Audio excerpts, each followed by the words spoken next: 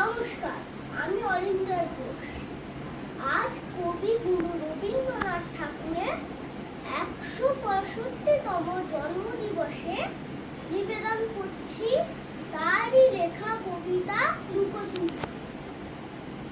আমি যদি দুষ্টুমি করে চাপার গাছে চাপা হয়ে ফুটি, ভোরের বেলা মাগো ডালের পরে কচি পাতায় করি লুটোপুটি, তবে তুমি আমার কাছে হারো, তখন কি মা চিনতে আমায় পারো?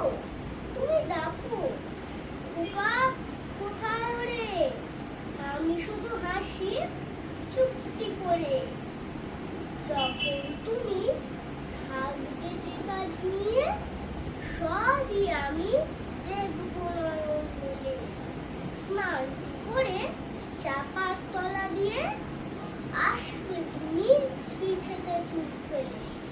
এখান দিয়ে জোর ভরে যাবে, দূরের থেকে ফুলের গন্ধ পাবে।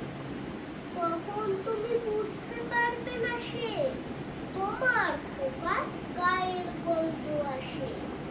দুপুরবেলা মহাভারত হাতে বসবে তুমি সবার খাওয়া হলে। গাছের ছায়া ঘরের জানালাতে পড়বে এসে তোমার পিঠে পড়ে। আমি আমার ছোট্ট ছায়াখানি বোলাবো তো বইয়ের পরে আনি। তখন তুমি বুঝতে পারবে না সে তোমার চোখে খোকার ছায়া ভাসে। সন্ধ্যেবেলা প্রদীপখানি জেলে যখন তুমি যাবে গোয়াল ঘরে, তখন আমি ফুলের খেলা খেলে টুক করে মা করবো ধুয়ে ঝরে। আবার আমি তোমার খোকা হব, গল্প বলো তোমায় গিয়ে করো। তুমি বলবে দোস্ত ছিলি কথা, আমি বলবো বলবো না সে কথা।